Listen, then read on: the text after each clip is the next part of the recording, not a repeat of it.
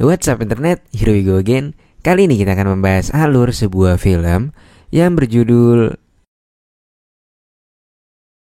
Film ini menceritakan tentang seorang siswa culun yang tiba-tiba dapat kekuatan ajaib setelah sebuah benda asing mendarat di kotanya. Sebelum masuk ke ceritanya, gue mau ngingetin kalau film ini bisa bikin mata jadi melek banget cuy. Oke, tanpa berlama-lama lagi, langsung aja kita masuk ke dalam alur ceritanya.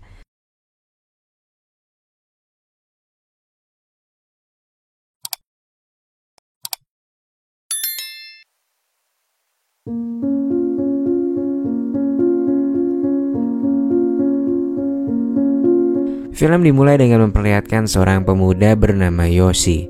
Dan malam ini ia akan melakukan olahraga paling menyenangkan di muka bumi, yaitu senam 5 jari. Setelah mempersiapkan sekotak tisu, Yoshi pun mulai menjalankan aksinya.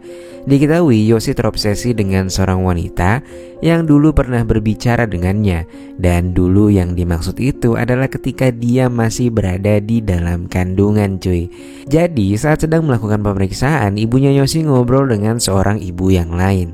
Dan gak disangka bibitnya Yoshi ini ternyata juga ngobrol lewat telepati ke anak di sebelahnya. Nah, mereka berjanji kalau mereka udah besar, mereka harus segera bertemu dan sebagai tanda mereka memiliki sebuah jingle atau nyanyian khusus agar mereka bisa saling menemukan. Lalu kembali ke masa sekarang, tiba-tiba muncul sebuah cahaya kosmik lalu memberikan kekuatan kepada orang-orang yang lagi pada sakne-saknenya cuy. Kayak Yoshi yang lagi senam 5 jari dan juga salah satu temannya yang bernama Miyuki. Esoknya ketika sedang sarapan dengan ibu dan pacar ibunya, Yoshi merasa ada yang aneh dengannya, yaitu dia bisa mendengar catatan hati seorang istri. Maksudnya bisa mendengar kata hati orang lain. Di sekolah, Yoshi memiliki seorang sahabat bernama Yasu yang otaknya 11-12 cuy sama si Yoshi. Ketika seorang siswi baru bernama Sae datang, Yoshi berkata dalam hati kalau dia sepertinya jatuh cinta dengan Sae. Ketika itu, Miyuki dalam hati ngatain Yoshi pecundang. Yoshi pun langsung menepis perkataan Miyuki dalam hati untuk jangan berpikir seperti itu. Yoshi pun langsung sadar kalau Miyuki juga memiliki kekuatan yang sama dengan dirinya.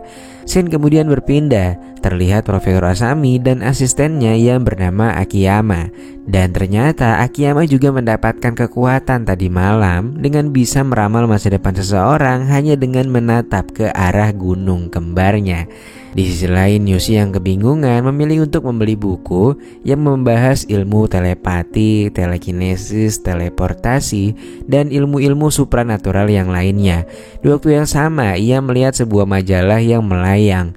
Lantas ketika berjalan pulang, ia bertemu dengan seorang penjaga restoran yang bernama Teru.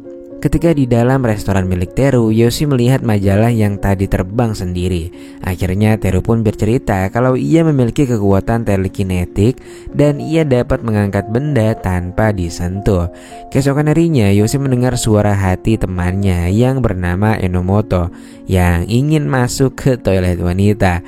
Dan ternyata diketahui bahwa Enomoto memiliki kekuatan teleportasi.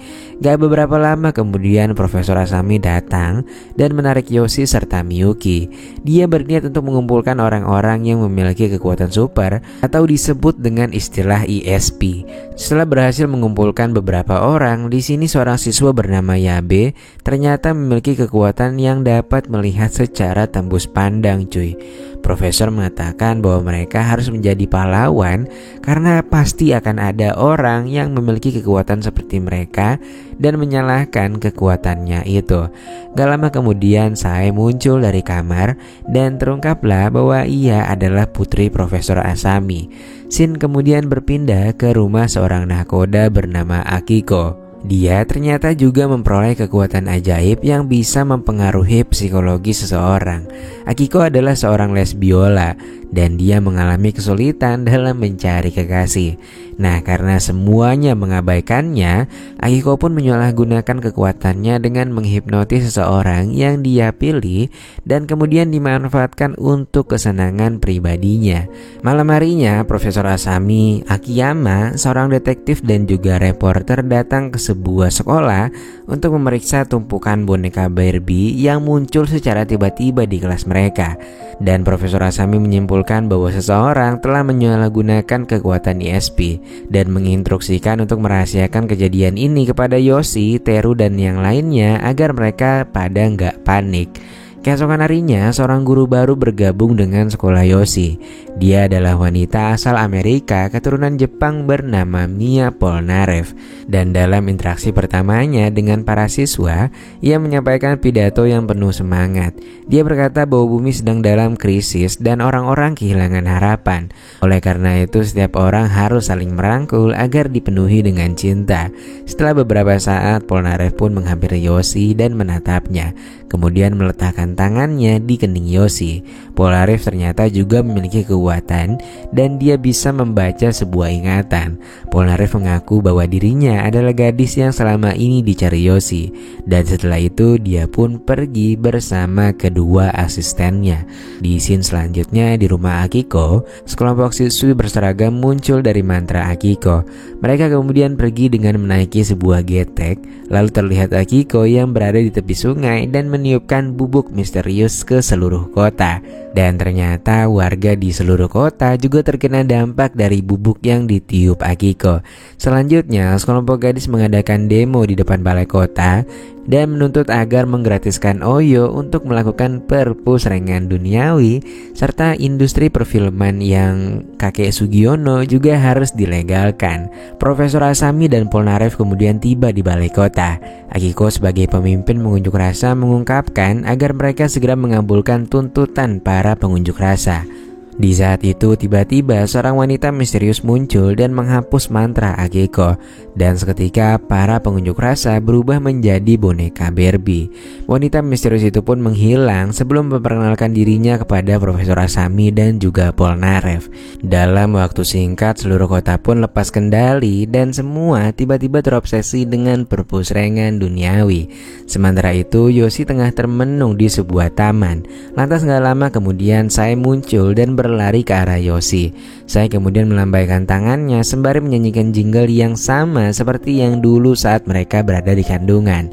Saya kemudian mendekatinya dan memintanya untuk melaksanakan perpus rengan duniawi cuy. Melihat saya yang agresif, Yoshi pun merasa aneh.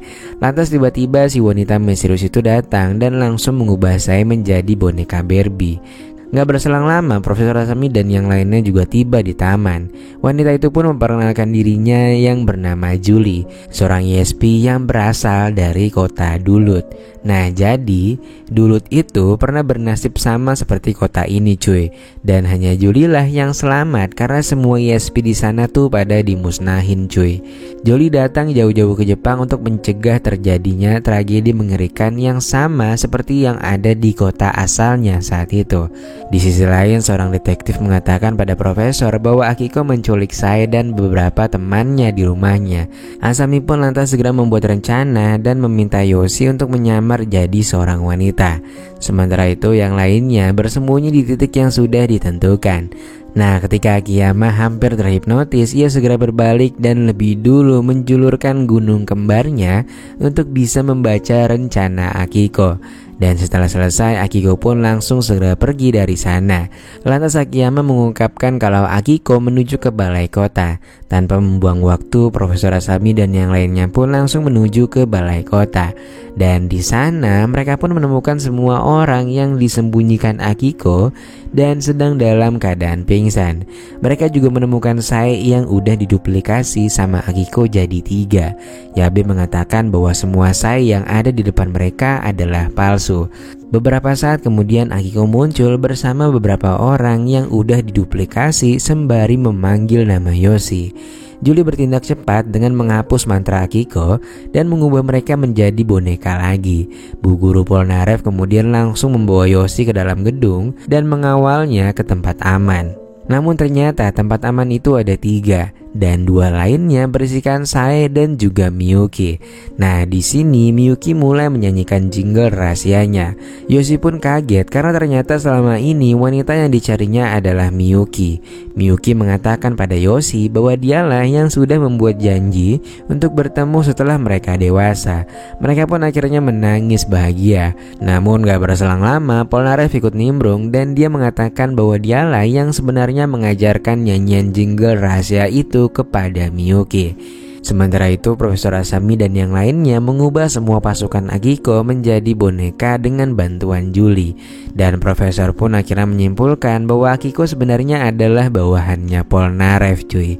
Kemudian Profesor Asami dan yang lainnya pun tiba di tempat Yoshi berada.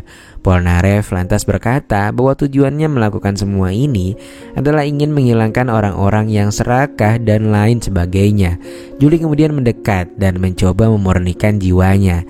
Namun ternyata kekuatan Polnareff jauh lebih besar dan Polnareff pun akhirnya mengalahkan Julie, Profesor dan yang lainnya lalu menghapus ingatan mereka. Polnareff kemudian meminta Yoshi untuk ikut dengannya. Di sana dia pun melihat Miyuki dan Sae jadi anak-anak. Nah, ternyata mimpinya Polnareff adalah menjadikan semua orang menjadi anak-anak lagi. Karena dengan jadi anak-anak mereka bisa jadi polos. Nah, di sini Yoshi menolak jadi anak-anak karena dia kepingin banget melakukan perpusrengan duniawi. Dia yakinlah tuh ya kan si Polnareff. Hingga akhirnya Polnareff pun muak karena dia nggak mau diapa-apain cuy. Dan hal itu pun akhirnya membuat Polnareff pergi bersama kedua pengawalnya. Dan ternyata kepergian Polnareff itu membuat semua orang berubah menjadi normal lagi. Keesokan harinya ketika di sekolah, Yoshi terkejut karena semua siswi menyanyikan jingle rahasianya.